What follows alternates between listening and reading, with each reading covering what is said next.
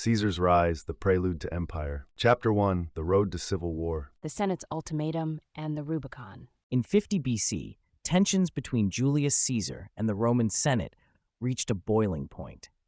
Caesar had become one of Rome's most successful and powerful military leaders, largely due to his campaigns in Gaul. His victories brought immense wealth and prestige, but they also made him a growing threat to the Senate's authority, especially to key figures like Pompey, who had once been Caesar's ally.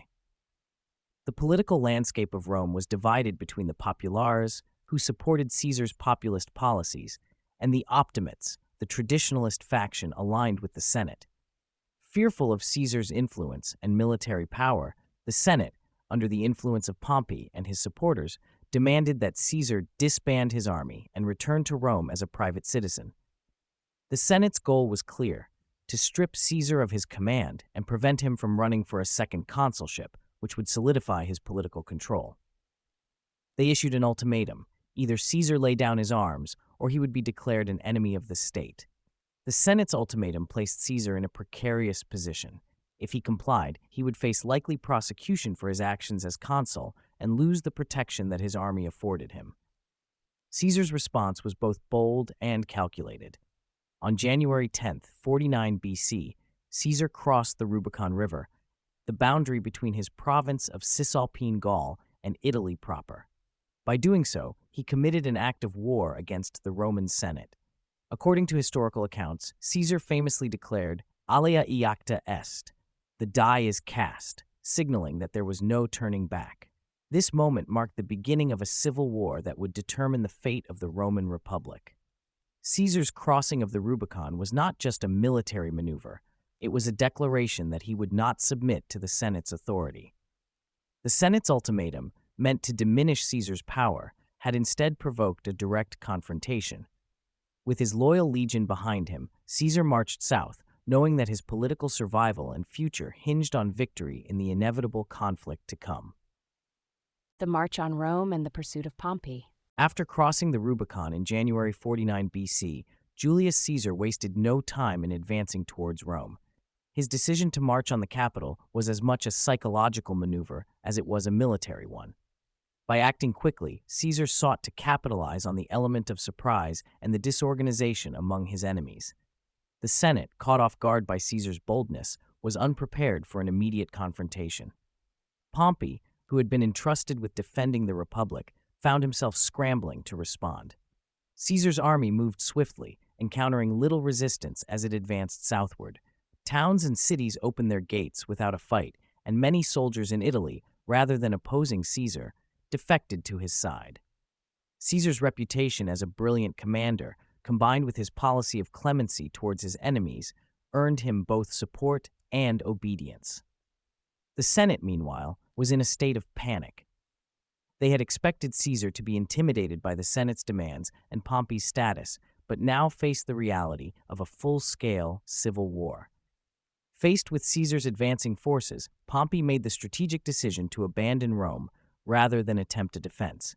He had significantly more troops at his disposal than Caesar, but they were spread across the Republic's provinces, and not all of them were battle-ready. Pompey's strategy was to withdraw to the east, regroup, and assemble his legions in Greece, where he could use his superior numbers and naval strength to outmaneuver Caesar. In contrast to Pompey's cautious approach, Caesar's tactics were aggressive and rapid. This difference in strategy would characterize much of the civil war to come. By mid-March of 49 BC, Caesar entered Rome unopposed, marking a significant victory in the early stages of the conflict. Although he took the city without bloodshed, his march on Rome symbolized the beginning of the end for the Roman Republic as it had been known. Caesar's forces had secured the heart of Roman power, but the war was far from over. His next move would be to pursue Pompey, whose withdrawal to Greece signaled the beginning of a protracted and dangerous campaign.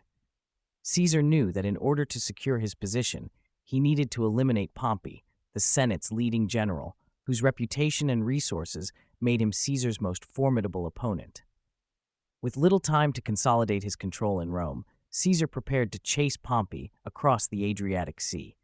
His strategy involved securing the loyalty of Rome's western provinces and using their resources to launch a military campaign in Greece. In a brilliant display of speed and logistical skill, Caesar crossed into Greece by early 48 BC, determined to bring Pompey to battle. While Pompey had the advantage of a larger, more experienced army, Caesar's forces were hardened by years of campaigns in Gaul and led by a commander whose boldness was matched only by his military genius.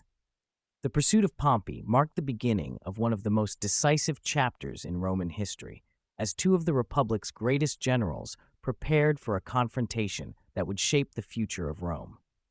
Chapter 2: Caesar's Triumph and Consolidation of Power. The Battle of Pharsalus and the Alexandrian War. The confrontation between Julius Caesar and Pompey culminated in the summer of 48 BC at the Battle of Pharsalus in central Greece. Caesar's forces, although heavily outnumbered by Pompey's larger army, were highly disciplined and battle-hardened. Pompey, on the other hand, commanded an army that included many recent recruits from the eastern provinces, as well as Roman veterans. Confident in his superior numbers, Pompey sought to wear Caesar down through attrition, believing that time was on his side. However, Caesar's strategy was far more aggressive.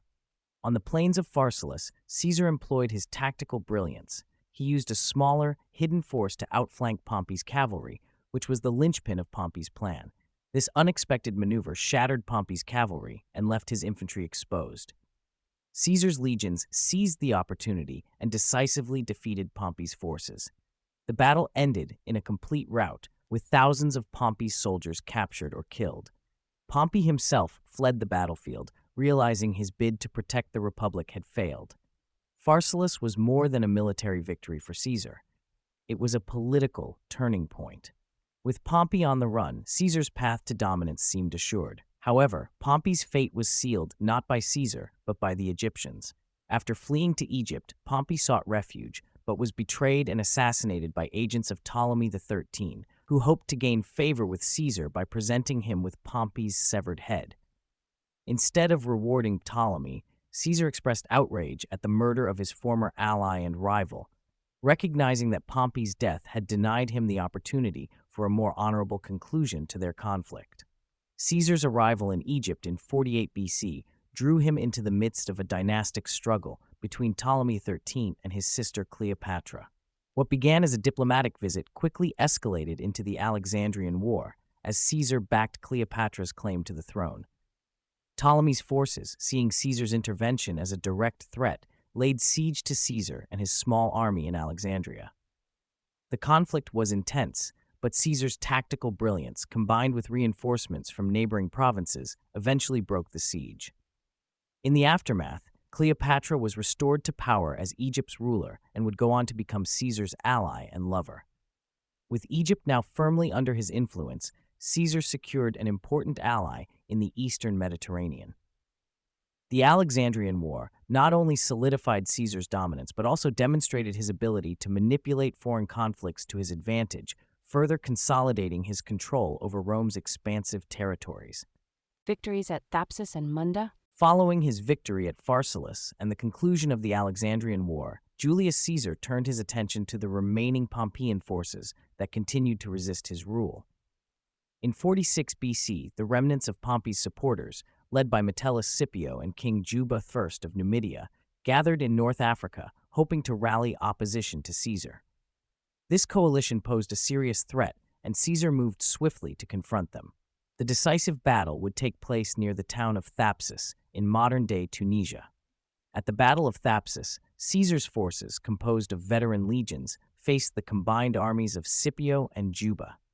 Despite being heavily outnumbered, Caesar's troops, buoyed by their commander's leadership, quickly overwhelmed the opposing forces.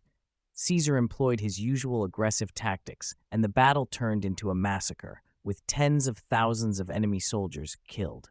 Scipio and Juba both fled, but ultimately committed suicide rather than be captured. The victory at Thapsus effectively eliminated the last significant military resistance in North Africa, consolidating Caesar's control over the western provinces and removing a key source of opposition. Despite this major victory, the civil war was not entirely over. In 45 BC, Caesar faced one final challenge in Spain, where the sons of Pompey, Gnaeus and Sextus Pompey, had raised an army of loyalists to continue the fight.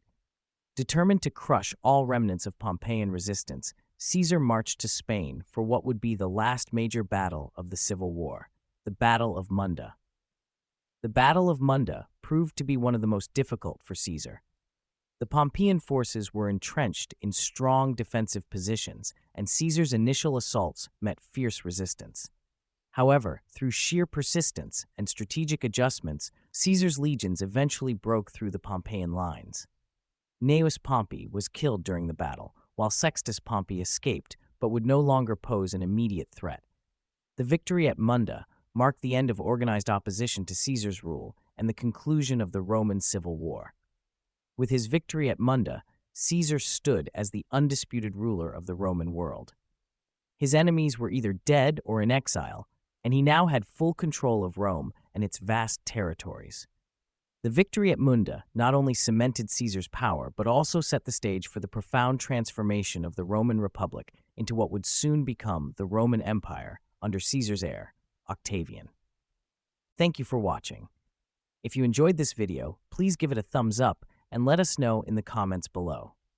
Don't forget to subscribe to our channel for more great content like this. Hit the bell icon to get notifications whenever we upload new videos so you never miss out. We appreciate your support and look forward to bringing you more exciting videos.